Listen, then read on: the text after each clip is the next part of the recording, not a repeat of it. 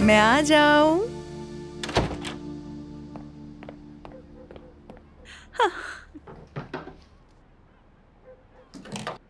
Hall में काफी लोग मौजूद हैं, इसलिए वहां नहीं गई मैं। पता चला तुम खाने पे नहीं आई तो मैं भी बाल बाल बचकर सीधा तुम्हारे कमरे में आ गई हूँ। वो दरअसल मेरा खाने को दिल ही नहीं चाह रहा।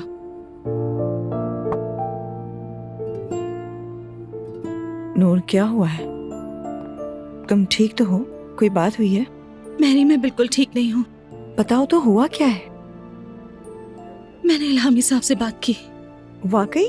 ये तो अच्छी बात है। अच्छी बात नहीं हुई, मैंने अपना दिल खोल के रख दिया। गलती हुई मुझसे। क्या मतलब, क्या बात हुई तुम्हारी? बहुत शर्मिंदा हो रही हूँ, मैंने क्या कर दिया ये? शर्मिंदगी की कोई बात नहीं, ईमानदार होना शर्म की बात नहीं है। अच्छा, फिर इल्हामी ने क्या कहा? कहा मैं तुम्हें उस नजर से नहीं देखता, कहा मेरा दिल बंद है। मतलब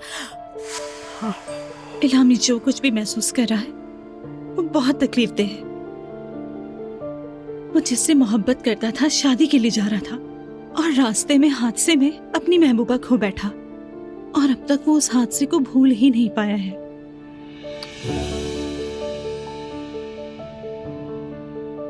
आप क्या समझती हैं इसको? मैं कहती हूँ कि यानी इल्हामी साहब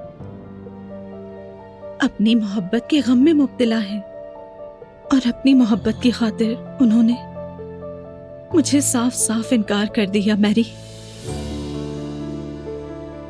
एक बात मुझे और बहुत अजीब सी लगी।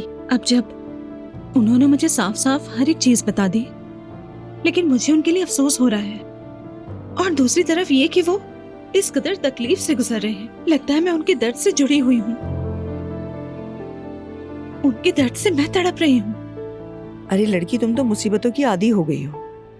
पागल हो गई हो क्या? तुम्हारे अपने दुख कम है जो तुम दूसरों का सहारा बन रही हो? समझ में नहीं आ रहा तुम क्यों कर रही हो ऐसा। मैं तो तुमसे कहूंगी कि दूसरों के मसले छोड़ो, अपने मसले पे ध्यान दो, और यही बेहतर है तुम्हारे लिए। अरे मैरी, अगर आप इल्हामी को जान पाती, वो कमाल का साफ दिल, नेक नियत रखने वाला इंसान है। किसी के बारे में भी बिल्कुल बुरा नहीं सोचता वो। मोहब्बत से मेरा भी भरोसा उठ गया। लेकिन इल्हामी में कुछ ऐसा है जो दिल को गरमा देता है, जो अच्छा महसूस करवाता है। और जानती हैं, उन्होंने मेरे ख्यालात ही बदल दिए। उसकी मोहब्बत उसके चेहरे से झलकती है, एक नूर सा चेहरे पे सजा हुआ है। सच कहूं, बहुत अच्छा इंसान है। अरे वाह, तुम तो मेरी तवक्को से ज्यादा ही पागल निकली, बहुत ज्यादा। अम्मी, आप ये दरवाजे पर कान लगा के क्यों खड़ी हैं? खामोश रहो। क्या हुआ? तुम अंदर जाओ, मैं आती हूँ।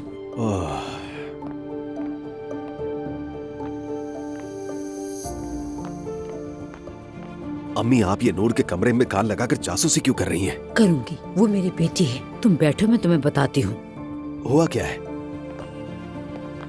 काश कि अजलान भी यहाँ इस वक्त हमारे साथ होता। उसे देखना किसी नेमत से कम नहीं है, वो तो मेहमान की तरह आता है। अम्मी, साफ साफ बताइए, हुआ क्या है? मैं अब नूर को अकेले नहीं संभाल सकती हूँ बेटा। कल दफ्तर में उससे बात करना, अपने सामने बिठाकर। मुस्तफा, उससे सीधी तरह से बात करो। क्या फिर से कोई लड़ाई झगड़ा हो गया है क्या? है, इश्क हो गया है नूर को। उस इश्क का इलाज नहीं है, बिल्कुल भी नहीं। किससे हुआ है अम्मी? मोहल्ले के इमाम साहब से। तुम बताओ, नूर कोई छोटी बच्ची तो नहीं है? मेरी उनसे मुलाकात हो चुकी है अम्मी, उन्होंने दुआ भी की, काफी अच्छे आदमी लगे वो। ठीक है मुस्तफा, ठीक कह रहे हो, वो दीनदार हैं, अच्छे हैं। लेकिन मेरी बात सुनो, उसके पास काम नहीं है, जानते हो। रूहान का तजर्बा काफी नहीं था। अगर जोड़ न हो तो जिंदगी नहीं चलती। अरे अम्मी, अभी तो कुछ भी नहीं हुआ, आप फुजुल में खामखा परेशान हो रही हैं। अपने काम से काम रखे, छोड़िए ये सब। मैं उससे बात नहीं करूंगी, तुम उससे बात करोगे। मैं नूर के किसी मामले में मुदाखलत नहीं करूंगी, तुम समझाओगे उसको। मैं मुदाखलत नहीं करूंगा और ना ही मैं अजलान को करने दूंगा। पिछली बार देखा था ना आपने कि क्या हुआ, नूर को खिड़की से फेंक दिया गया था। हाँ, वो भी मेरी वजह से। सिर्फ आप ही की नहीं बल्कि सबकी वजह से। कम से कम इस बार आप नूर को बिल्कुल माफी कर दें प्लीज। चलता हूँ, शब्बा खैर। या अल्लाह, एक रात भी चैन की नींद नहीं है मेरी जिंदगी में। मैं बहुत थक चुकी हूँ इस सबसे। सब के सब अपनी मुश्किलों में फंसे हुए हैं।